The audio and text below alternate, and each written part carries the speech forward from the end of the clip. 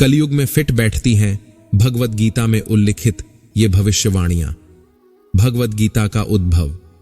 जब अपने विरोधियों के रूप में अपने ही रिश्तेदारों को देखकर अर्जुन हताश हो गए थे, तब स्वयं श्री कृष्ण के श्रीमुख से गीता का उद्भव हुआ था।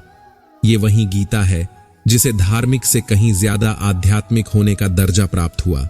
यह वही ग्रंथ है जिसके भीतर मनुष्य के जीवन से जुड़ी हर समस्या का समाधान मौजूद है, और वह भी बेहद व्यवहारिक। गीता एक ऐसा ग्रंथ है जिसे समझना आसान नहीं है। बहुत से लोग इसके शाब्दिक अर्थों को समझकर अपने जीवन की लय बिगाड़ लेते हैं। वे इसके शब्दों में निहितार्थ को जान नहीं पाते। भगवद गीता के 18 अध्याय हैं जिनके भीतर 700 श्लोक मौजूद है। हर श्लोक मनुष्य के जीवन के एक अलग पहलू को छूता है, एक अलग पहलू पर नजर रखता है। गीता के अंदर मानव मस्तिष्क में चल रही हर हलचल, हर दुविधा का समाधान तो है ही, साथ ही साथ इसके आखिरी अध्याय में कुछ ऐसी भविष्यवाणियां भी मौजूद हैं जो आज के दौर में पूरी तरह फिट बैठती हैं। ये भविष्यवाणियां कलयुग के लिए की गई थी। इस वीडियो में हम उन्हीं की चर्चा करने जा रहे हैं। भगवान श्री कृष्ण ने कलयुग की व्याख्या करते हुए कहा था कि यह वो समय होगा जब धर्म के प्रति लोगों की आस्था समाप्त हो जाएगी। ये वो समय होगा जब लोगों के स्वभाव में धैर्य समाप्त हो जाएगा, रिश्तों का महत्व नहीं रहेगा, यहां तक कि लोगों की आयु भी कम होगी और उनका शारीरिक बल भी न्यूनतम हो जाएगा। श्री कृष्ण कहते हैं कि कलयुग में व्यक्ति का सम्मान उसके काम, उसके जीवन या उसके परिवार पर आधारित नहीं रहेगा।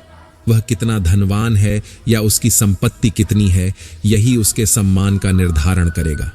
जिस व्यक्ति के पास सत्ता और धन है, केवल उसे ही आध्यात्मिक और धार्मिक कहा जाता है। इतना ही नहीं, भगवद गीता के भीतर यह भी कहा गया है कि इस युग में महिला पुरुष केवल शारीरिक आकर्षण के बल पर ही एक दूसरे से जुड़े रहेंगे।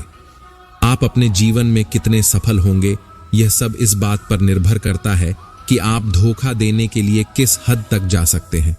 भगवद गीता में इस बात का भी उल्लेख मिलता है कि कलयुग में धरती मनुष्य के भार से दब जाएगी, लेकिन सम्मान केवल उसे ही प्राप्त होगा जिसके पास धन है। राजनीति में केवल वही व्यक्ति आगे बढ़ सकेगा जो धन का उपयोग करना जानता है। यहां नैतिक मूल्यों का वजूद ही समाप्त हो जाएगा। कलयुग का उल्लेख करते हुए भगवान कृष्ण कहते हैं कि एक युग ऐसा भी आएगा जब व्यक्ति के जीवन में लड़ाई झगड़े और मानसिक तनाव के कुछ और नहीं होगा। इस युग में लोग मानसिक रूप से बीमार रहेंगे। जलवायु में अप्रत्याशित परिवर्तन आएगा जिससे कोई भी बच नहीं पाएगा। कलयुग में व्यक्ति केवल चंद सिक्कों की वजह से अपने परिवार से झगड़ा करेगा।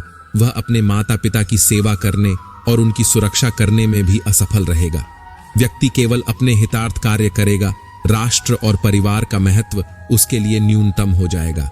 श्री कृष्ण कहते हैं कि कलयुग वो समय होगा जब व्यक्ति अपने धर्म को छोड़ देगा, नास्तिकों का बोलबाला रहेगा।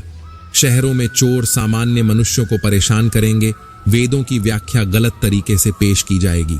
राजनीति में बैठे लोग जीवन को मुश्किल बनाने का काम करेंगे। दोस्तों, इस वीडियो में बस इतना ही। अपना ख्याल रखना। जय श्री कृष्ण।